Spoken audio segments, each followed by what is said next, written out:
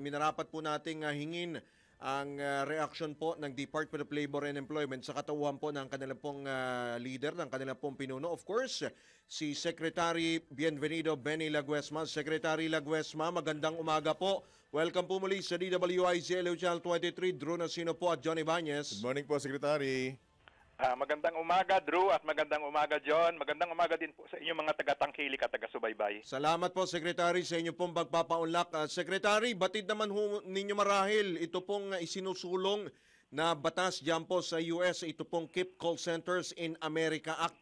At kung sakali ito ay maisabatas, marami po ang maapektuhan po nito. Ano po ang inihahanda po ng gobyerno, mga hakbang para po maiwasan ho natin yung sinasabi po na pagkawala o kawalan po ng trabaho, sakaling maisabatas po itong panukala na ito sa US?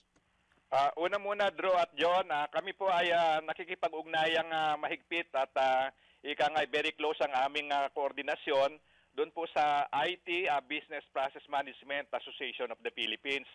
Kasi sila naman po yung nakikita namin na makapagbibigay ng direktamentang mga informasyon din batay doon sa mga kanilang mga miyembro na ang akin pong pagkakaalam, mahigit na 70% po ng kanilang miyembro doon sa IB, Process Association of the Philippines, nakabase po yan sa North America. So, ang amin pong huling talakayan ay pinag-aaralan po nilang mabuti kasi ang nakapokus naman po ito sa call centers. Po? Alam naman po natin, bukod sa ang IT, Business Process Management, hindi lang naman po siya call center, kundi marami din po mga other na mga trabaho na kailangan lang siguro ihanda po natin ang ating mga manggagawa na pwedeng maapektuhan in the event po na talaga maging batas yung panukalang Keep Call Centers in America Act. Sec. Laguesma, rough estimate, ilan po sa pagkakaalam ninyo ang bilang ng mga nasa BPO sa atin sa Pilipinas na posibleng maapektuhan, if ever? Hindi ko po masasabi sa inyo lahat sila maapektuhan, pero yung bilang po nang nandiyan sa industriya na yan, mahigit na 1.2 million na po. Yun po ang aking pagkakatanda. Ang dami pala. Marami po, pero hindi naman po siya call center lang. Alright. Pero siyempre, tama yung nabanggit ninyo, pwede pong magkaroon ng epekto. So, dapat medyo tignan mabuti at i-monitor po ang development batay po dun sa nakapending na bill doon po sa US. Opo, Secretary, marami na pong may mga nakausap na rin tayo, no? May mga mag-anak din tayo na nasa BPO na nagtatanong, paano na lang ho kami, di ba? Ano bang mga, alternatibo na pwede naming fallback. Oo, mapasukan, pagkakitaan, di ho ba, Secretary? Mahigit 1 milyon, 1.2 million na binabanggit ho ninyo ang posible. Although, hindi naman lahat yan ay maapektuhan, no? Kung sakali, no? So, ano ho ba yung mga fallback ho natin, Secretary? Meron ho ba tayong ibibigay po na, financial, ano? Or bibigyan ho natin sila ng other trabaho, pagkakakitaan, Sec. John at Drew, no? Gusto ko lang siguro i-share na nung nakaraang, I think, August 15, nagkaroon po kami ng lagdaan ng MOA ng IT, Business Process Association of the Philippines. Ang layunin po ay makapag-access sila, lalo na po yung mga maliliit na kumpanya na miyembro po nila, doon po sa aming programa na Job Start at saka yung pong Adjustment Measures Program. Yung pong Adjustment Measures Program, ang layunin po nito ay medyo maging resilient yung maliliit natin na mga kumpanya. Tutulungan po nito yung mga manggagawa. Ganun din po yung mga enterprises para ho yung mga economic dislocation, ito pong mga development na bagamat ayaw natin sanang makita, dapat paghandaan din natin. Meron po kami ngayon na mga training na ginagawa. Kabahagi po itong asosasyon po ng IT, Business Process Association of the Philippines. At nung nakaraang linggo lang po, nagkaroon na ng orientation. Humigit kumulang po ang lumahok sa orientation. Mga 30 miyembro po, 3 miyembrong kumpanya po nila at meron na po kaming kumbaga sa pagkakaloob ng humigit kumulang magpa-pilot po kami sa NCR mga 100 mga kabataan na yun po ay age 18 to 24 at karamihan po sa kanila wala sa edukasyon, wala sa employment saka sa training kaya bibigyan po ng pagsasanay para po magkaroon ng mas matibay na youth employability program po ang ating mga kabataan. ang plano pong ito, Secretary Laguesma, sisimulan lamang dito sa area natin sa Luzon and then nationwide po ba ang plano nito sa programang ito, Sec? Yes, tama ka diyan, tama kayo diyan, Drew at John, ano. Tignan lang namin dito how it goes sa implementasyon ng pilot, and then nationwide gagawin po 'yan para nang sa ganon matulungan din po natin yung ating mga kababayan, mga manggagawa na nasa ibang panig po ng kapuluan. Po. Sec, aminado naman tayo na hanggang ngayon hindi pa 100% na bigyan ng tulong o nabigyan ng trabaho yung mga naapektuhan ng POGO. So kung wag naman mangyari, mangyayari itong sa BPO industry, mukhang mabigat-bigat na pasanin ito sa hanay ng inyong departamento, Secretary Laguesma. Mukhang mas mabigat yata yan, Secretary. Ang dami kasi yan, no? Yes, tama kayo diyan, pero hindi naman kami lamang ang merong pasanin na ganyan. Kung matatandaan nyo, nagkaroon po ng direktiba ang ating Pangulo. May direktiba hindi lamang sa DOLE, meron po sa DTI, sa DSWD, sa DOT, at yung mga related na agencies may kinalaman po sa job generation at job creation. At ito po, sama-sama po namin tinitignan nang sa ganun ma-address po natin yung eventuality, assuming na magiging batas po talaga yung KIP, Call Centers in America Act. Pero ako, curious lang ako, Secretary, batid ho ba ninyo kung nasa ang estado na ano na ho bang pang ilang reading na ba itong... Kung kailan posibleng maisabatas, may idea po ba kayo, Secretary Laguesma?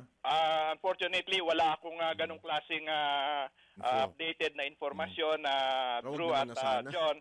Pero tayo po ay nakikipag-ugnayan din sa atin pong DTI kasi sila po yung medyo sa investment at tayo pong may mga kinalaman doon sa mga implementasyon ng mga pledges and commitment na nakuha ng ating Pangulo sa kanya pong pagbibisita sa iba-ibang bansa. Kasama na rin po ang Estados Unidos at ang pinakahuli nga po yung India.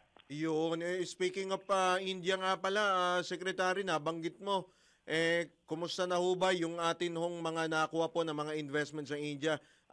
Ano ho ba yan? This year na ho ba natin mararamdaman yan? Sana, John at Drew, sana this year na. Alam naman po natin ang investment, mayroon pong prosesong dinadaanan. Maganda po sana kung existing na yung kumpanya at mag-i-expand na lamang.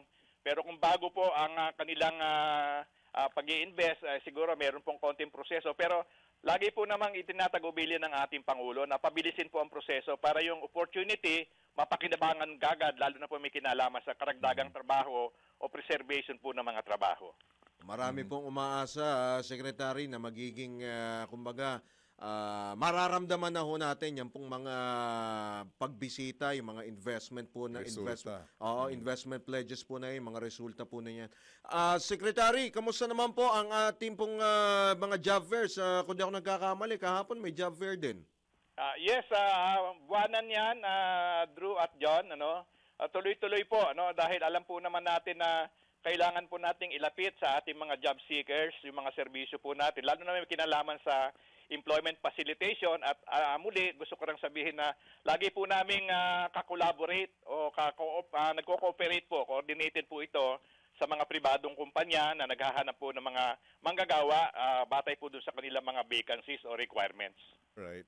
Ako'y naniniwala naman, Secretary Laguesma, na wag lang maging pihikan o mate arts ang ating mga kababayan.